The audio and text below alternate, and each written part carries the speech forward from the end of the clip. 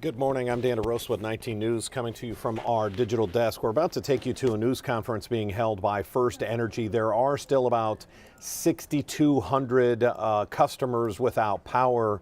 That has made for a long week for those individuals. Let's take you now to Hannah Catlett with FirstEnergy giving us an update. And his name, for spelling, is Torren. She's explaining. We're about to hear from FirstEnergy Ohio President Torrence Hinton is going to update this. I can show you the map of outages here. It's pretty sporadic. There are some pockets of higher numbers. It looks like the president's ready to speak there. Let's take you live. All right. Good morning. Thank you for being here and for allowing us to provide this important update. I want to start my remarks by thanking the City of Cleveland for hosting us here at the Zelma Watson George Recreation Center, and to all of you for joining us again here today. We are eager to share the latest restoration updates and highlight additional efforts to support customers and communities through this extremely difficult time. Thanks to the around-the-clock hard work by more than 7,500 storm responders, nearly all of our customers will have power restored much sooner than the original global estimate time that we provided last week of Wednesday, August 14th. As of 9:30 a.m. this morning, power has been restored to nearly 98% of illuminating company customers, with less than 7,000 remaining without service. Most of our customers who are currently without service will have their power restored by 11 p.m. tonight. A small number of customers in areas with more extensive damage may experience restoration times that extend further into this week. Those customers will have individual restoration times assigned to their location to help them plan and make arrangements for the days ahead.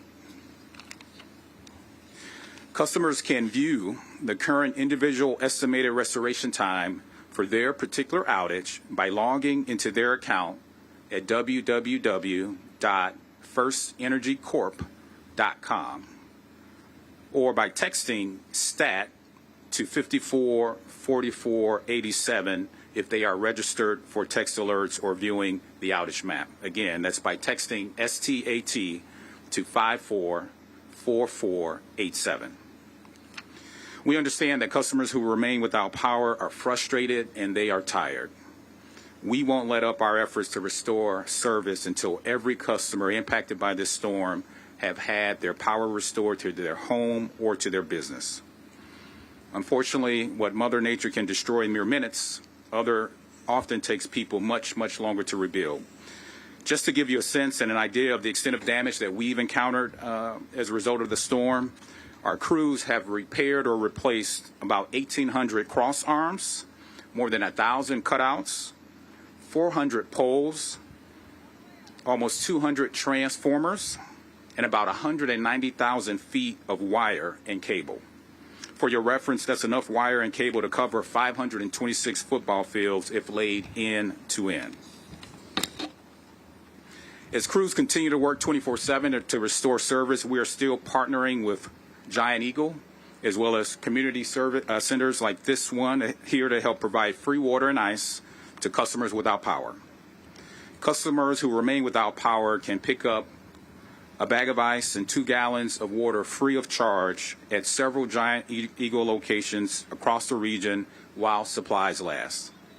Customers do not need to show their bill or any other documentation to obtain this free water and free ice. In addition, we are also offering ice and water at several community centers within the Cleveland city limits and surrounding communities.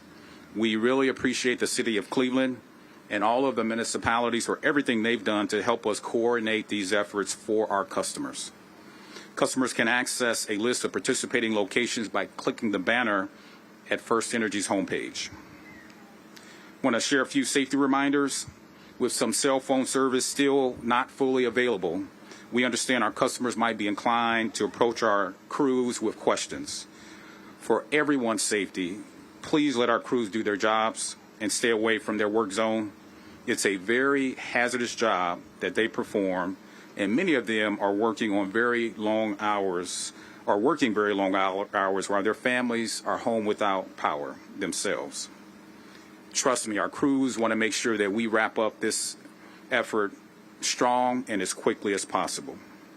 I also urge everyone to stay clear of down lines or other potential hazards which may become energized or may be energized at any time.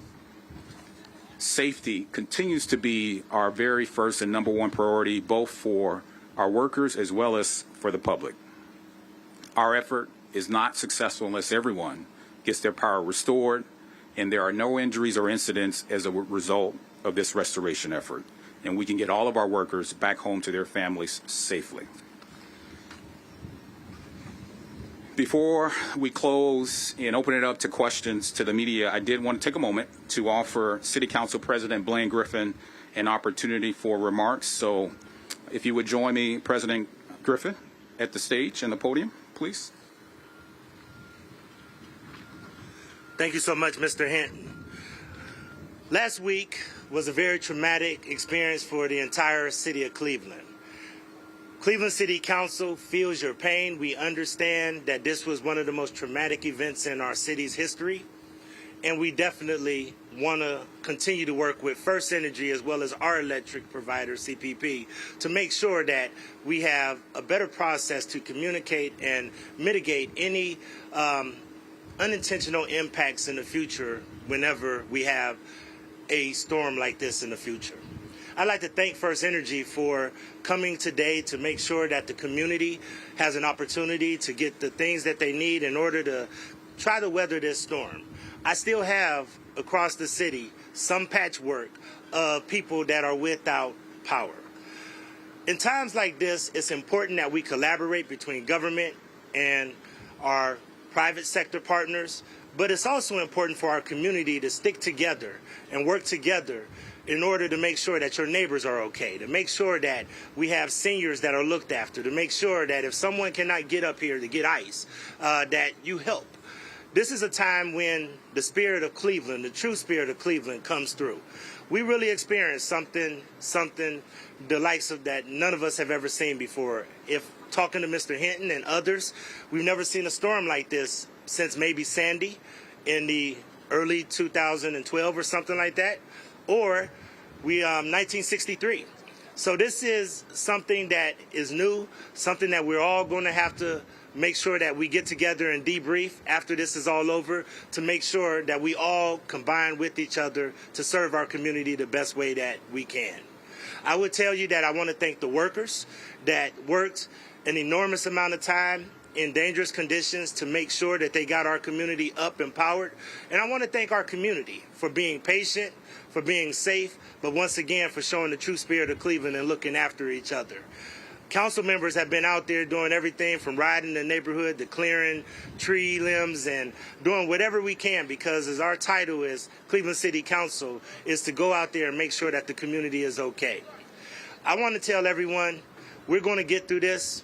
The most important thing is for all of us to make sure that all of our neighbors are restored and that we look at better ways to make sure that all of us communicate with the public whenever we have a crisis of this magnitude again.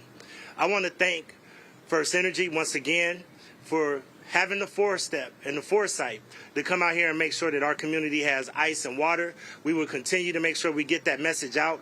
And once again, right now, the most important thing is for us to make sure that every customer in this city has their power restored and that we mitigate any personal crisis that they're dealing with, whether they be elderly, children, or families. And then we will get together and debrief and figure out how we can work in a public-private partnership in order to make sure that we can mitigate any damages and try to have a smooth response whenever we deal with these kind of tragedies again. On behalf of all of Cleveland City Council, I want to thank you all for coming out today, because we really love our community, and our community just experienced one of the traumatic experiences that we've ever seen. Thank you so much.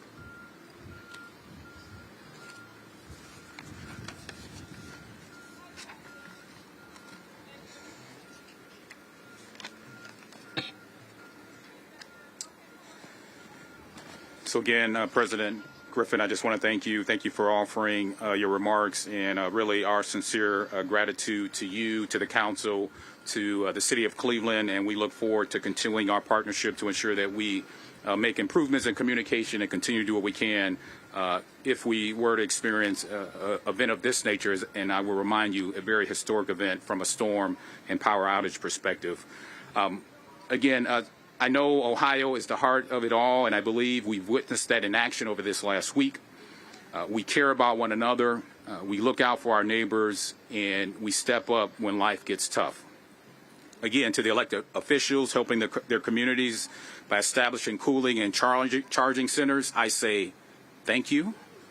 To the local food banks, community-based pantries, to the restaurant owners helping distressed families find comfort and sustenance, I say thank you. We're proud to join these efforts through a generous donation from the FirstEnergy Foundation, which sprang into action to help the Greater Cleveland Food Bank provide shelf-stable meals to those most in need. To the grocery stores, to the cities, to the municipalities for helping us distribute ice and water to our customers and providing locations like we have here at the Zelma Watson George Recreation Center, I say thank you. To our customers, while FirstEnergy employees were working around the clock in your neighborhoods and behind the scenes to restore power as quickly and safely as possible, we saw your goodness abound. Thank you for treating our crews with kindness and respect. You offered snacks, drinks, and so many words of encouragement to help them through their 16-hour work shifts. Thank you for opening your hearts and your homes to your neighbors. You cooked and delivered hot meals, created makeshift group workstations at dining room tables, and offered porch outlets and extension cords for anyone needing a phone charge. Thank you for reminding us all that where there's a will, there's a way. You made bath time fun for kids with glow sticks, helped out-of-town relatives check on loved ones, and pooled resources to help our senior citizens with less access to community resources. And of course, to the thousands of FirstEnergy employees, contractors, and neighboring utilities representing 17 different states in all, who have worked tirelessly to turn the lights back on in Northeast Ohio. We know you signed up for this job, and we're proud of the work that you do, but a much-deserved rest is just around the bend. I also want to express my thanks and appreciation to Governor DeWine. His recognition for the financial and physical and emotional toll this historic storm has taken on Northeast Ohio. While I do not have any details beyond what the state has already released thus far, we encourage our customers to stay tuned for additional assistance that might become available in the weeks ahead. I encourage everyone to follow our social media channels on Facebook and on X to get the most up-to-date information on outages and important safety information, as well as other information about resources available to them within their communities. You can follow us on X at the Illuminating CO and on Facebook at www.facebook.com/Illuminating CO. Thanks again to everyone for being here today. We applaud the community's resilience and appreciation for their ongoing patience and support. Together we will get through this event safely and successfully. I will now open it up for any questions. But you kind of already talked about this. The Thunder Defense Day of emergency. What does that mean for residents, regular residents, who hear that? They don't know what comes from it. What can they expect?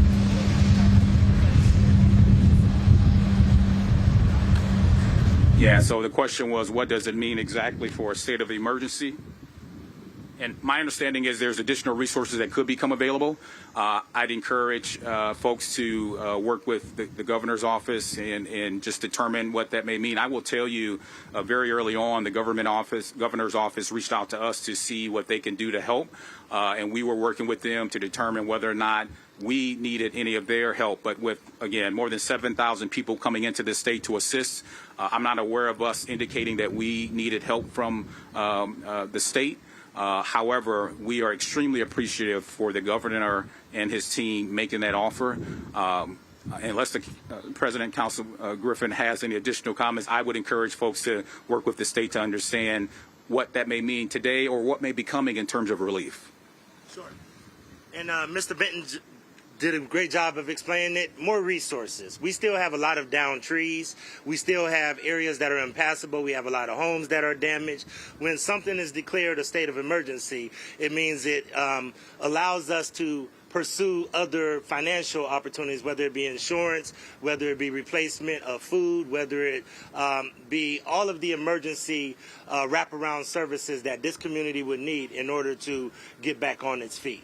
And that's what this does. And the governor did that, and we're very appreciative that the governor made that call.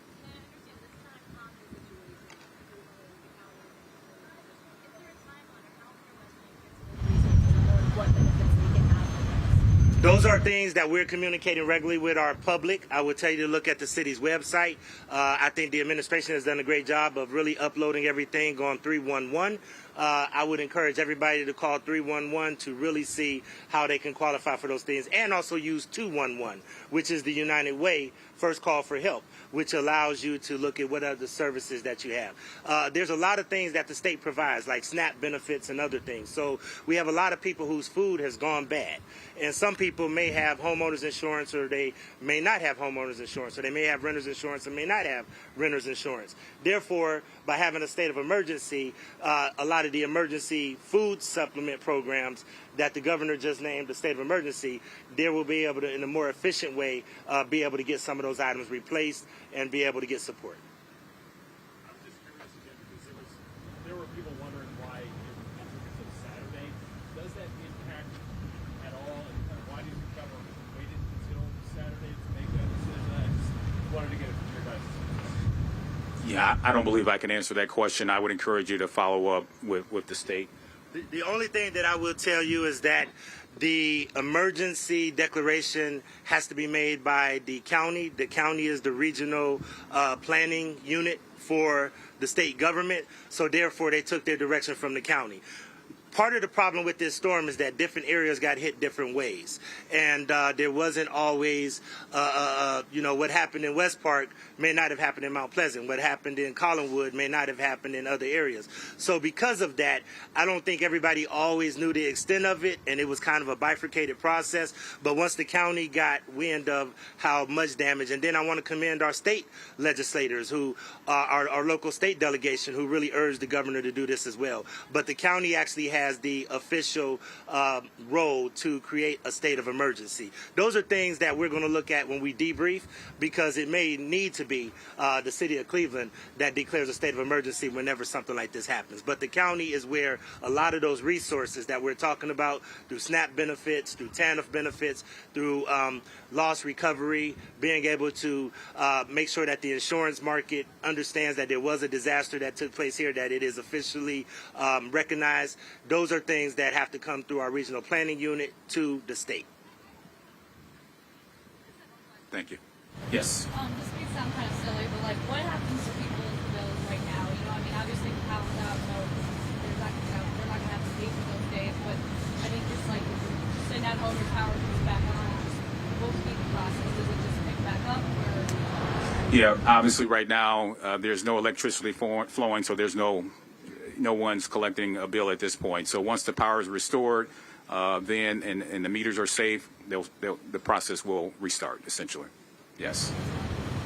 So as FirstEnergy crosses the finish line here, what would you say is the biggest lessons learned or biggest takeaways from this experience? Yeah, as President Griffin indicated, we're still very focused on getting all of our customers restored. I will tell you, in the moment here, at least speaking on behalf of FirstEnergy, there were things that we put in place that we ended up tweaking and enhancing so that we can do better but continue to work safely.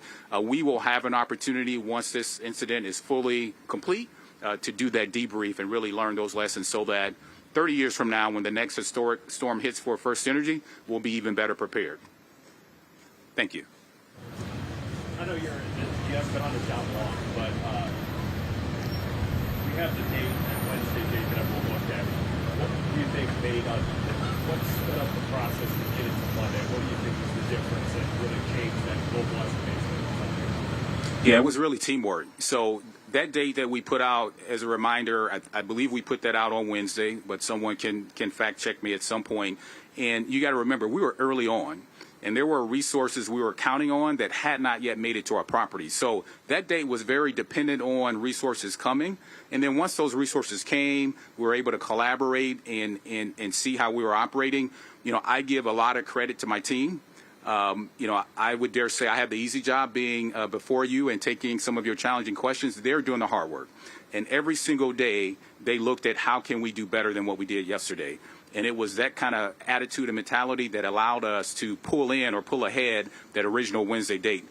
As time went on, as we were able to get people more out there and assess the actual damage, that is really what allowed us to get a better sense of what we needed to do. And then there were a lot of people, our FirstEnergy crews especially, but again, people from out of state who came in or were willing to help. And it took collaboration and teamwork ultimately that got us to this point. What do you say to those residents in the rural areas that they're seeing what you're saying is going to be something with their power? They don't really see the behind the scenes in what you see. What would you say to those residents? Yeah, I will say to any resident right now who continues to have their power not restored, please be patient with us. We are working hard. We are working tirelessly. We're still right now working 16-hour shifts to get them restored. Unfortunately, there may be some unique cases where it's going to take us to get to individual homes to understand what the issue may be and what the repair need will be. But we will do that and we'll get that done. I'll just continue to ask for patience as we work through this, continue to encourage them to reach out for assistance if that is needed. But we are working tirelessly still to make sure that 100% of our customers impacted by this storm will have their service restored as quickly as possible. We're committed to that.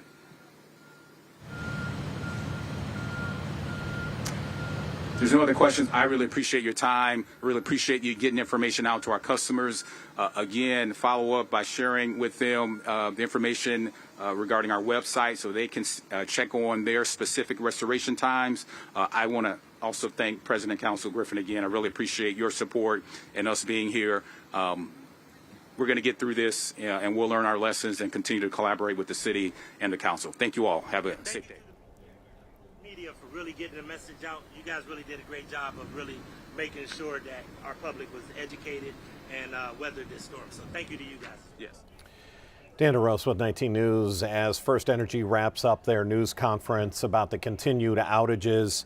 I'm watching the map that we put up earlier when we started this broadcast. They were at 6,200 even, 6,200 customers without power. You can see that number is even improved just in the 20 minutes that we've been on air here. Now it's 6,031. And think about that on an individual number. In the past 20 minutes, power has come back on for roughly 170 people. And that is people who have been without power for an extended period of time. As we look at all those dots, those are outages, maybe more than just single homes. We can zoom into, and there are different pockets. Like, let's zoom into University Heights here. You can see whenever there is a shaded circle, that is a collection of people who are without power. I'm going to widen this window out so you can see the numbers I am seeing. Look on the right side of your screen there. Let me get this worked out just a bit. Widen this out. And you can see 655 in this, and we'll get that right back as apparently we've lost that. We'll see if we can get that back before too long. But the idea is that we can click on that individual circle, and it does appear that they are slated to have their power return within the day. So it's just going to be a process. They do expect to have most people back up by 11 o'clock tonight. There will be a few exceptions to that. The numbers that were put out, 7,500 storm responders. We know a lot of those came in from out of town, from Illinois, Indiana, Michigan, New York. I believe even West Virginia had some trucks here. So that's good news. And then I thought it was interesting, the advice to people. When you see a crew in your neighborhood, they've asked for you to leave that crew alone. I'm sure people want answers, and I can't imagine being one of those crew members just trying to do your job and you're inundated with 10, 15, 20 people in that neighborhood coming up to you asking, when is my power? When is my power? Let them work is the message from the president of FirstEnergy. Power will get back on a lot quicker if they are able to work without trying to answer questions for everybody in that neighborhood. Our 11 o'clock news continues on CW43. Our noon news is coming up on Channel 19. Until then, I'm Dan DeRose with 19. Have a good day. 19 News is everywhere. Download our CTV apps and follow us on social media @Cleveland 19 News.